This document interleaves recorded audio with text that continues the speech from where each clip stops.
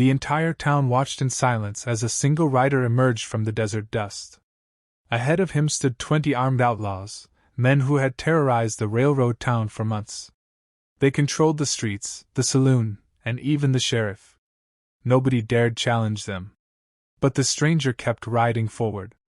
The outlaw leader laughed and shouted, "Turn around, Cowboy! You're riding to your grave." The rider stopped, looked at the frightened townspeople, and then said something that made every smile disappear from the outlaws' faces. What nobody knew was that this lone rider carried a secret connected to the railroad, a secret worth killing for. Before this battle was over, loyalties would shatter, old wounds would reopen, and an entire town would discover that courage can come from the most unexpected man. Stay with this story until the very end, because the final decision this rider makes will change the fate of the railroad town forever. The railroad town of Red Creek sat in a lonely valley between endless stretches of desert and rocky hills. Years earlier, it had been a hopeful place. Families arrived dreaming of prosperity. Shopkeepers built businesses. Workers laid tracks that would connect the town to the rest of the country. But dreams had a way of dying in the West. The Black Vultures gang arrived 2 years earlier. Led by the ruthless outlaw Victor Kane, they quickly took control of Red Creek. They robbed shipments, demanded protection money from merchants, and punished anyone who resisted. The sheriff, Tom Walker, had once been brave, but after losing his son during a gang attack, fear had broken him. He wore a badge, but everyone knew Kane was the real law. Each day the townspeople survived rather than lived. Then one scorching afternoon, a lone rider appeared on the horizon. His name was Ethan Cross.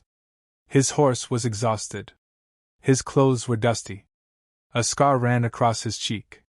He carried little besides a rifle, a saddlebag, and eyes that seemed burdened by years of regret.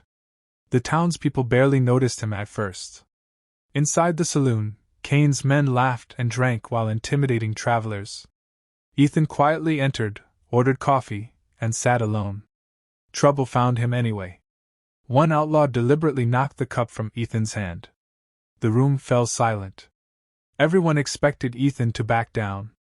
Instead, he calmly picked up the broken cup and looked at the outlaw. "Finished?" he asked. The man swung a punch. Seconds later he crashed through a table. The entire saloon froze. Ethan hadn't started the fight, but he ended it quickly. Word spread through Red Creek before sunset. For the first time in years, somebody had stood against the Black Vultures. That night a widow named Sarah Bennett visited Ethan's room. Sarah's husband had been killed while helping build the railroad. She now struggled to raise her young son, Jacob. She warned Ethan to leave before Kane killed him. But Ethan surprised her. He wasn't passing through. He had come to Red Creek for a reason. Years ago, Ethan's younger brother had worked on the railroad expansion project. He disappeared after discovering evidence of corruption involving railroad money, land theft, and murder. Ethan had spent years searching for answers. Every trail eventually led to Red Creek. Sarah revealed something shocking.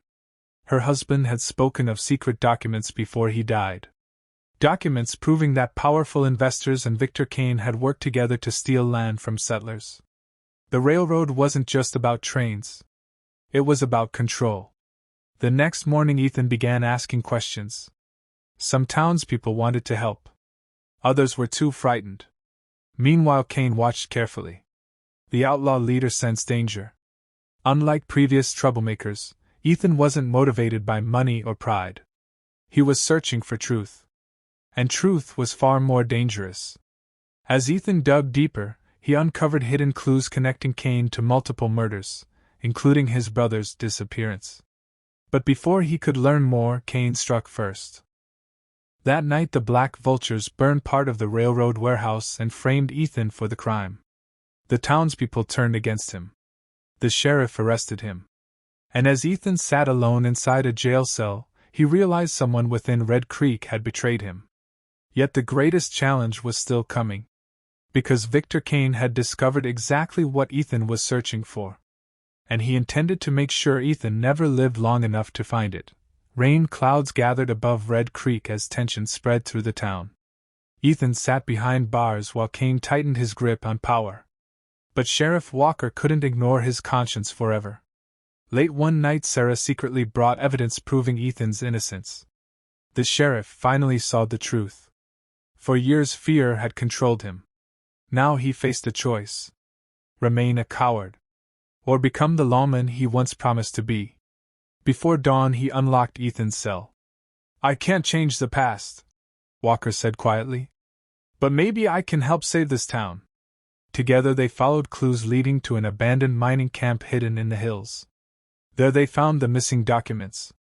The papers exposed everything: land theft, murder, railroad fraud, even the names of wealthy businessmen who had financed Kane's operation.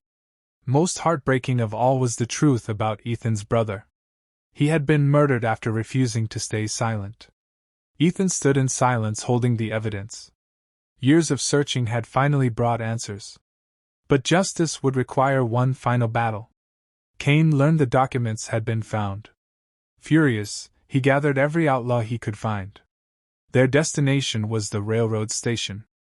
If the evidence reached federal investigators arriving by train, everything would be over. The entire town watched as Kane's gang rode through the streets. Fear returned. The same fear that had ruled Red Creek for years. Then Ethan rode into town. Alone. One rider facing an army. The same rider who had appeared from the desert days earlier. People begged him not to fight. But Ethan knew some battles were bigger than survival. As Kane's men surrounded the station, Ethan took position near the tracks. Gunfire erupted. The battle shook the town. Sheriff Walker joined the fight. Then something unexpected happened. The townspeople stepped forward. Shopkeepers, railroad workers, farmers, mothers, men who had once hidden indoors. They finally refused to live in fear. Together they defended the station. One by one the outlaws fell back. The black vultures were no longer fighting one man. They were fighting an entire town that had rediscovered its courage. As the train whistle echoed across the valley, Kane made a desperate attempt to escape with the evidence. Ethan pursued him into the hills. Their final confrontation took place on a cliff overlooking Red Creek. Kane mocked him. "All this for a dead brother?" Ethan shook his head. "No. For everyone who deserved better." The fight was brutal. When it ended, Kane slipped and disappeared into the canyon below. His reign of terror was finally over. Weeks later, federal agents arrived. The corrupt investors were arrested. Families reclaimed stolen land. The railroad reopened. Red Creek began to heal. When the townspeople offered Ethan a permanent home, many expected him to stay. Instead, he prepared his horse for another journey. Sarah asked why. Ethan smiled. "Because there are other towns that still need hope." As the sun rose over the railroad tracks, Ethan rode away. Not as a legend. Not as a hero. But as proof that one courageous person can inspire hundreds to stand up against fear. And sometimes, all it takes to change the future is one rider willing to face the outlaws when nobody else will. If today's story touched your heart, please like the video and subscribe to the channel. And remember, even a small act of kindness can change someone's entire life. Red Heart.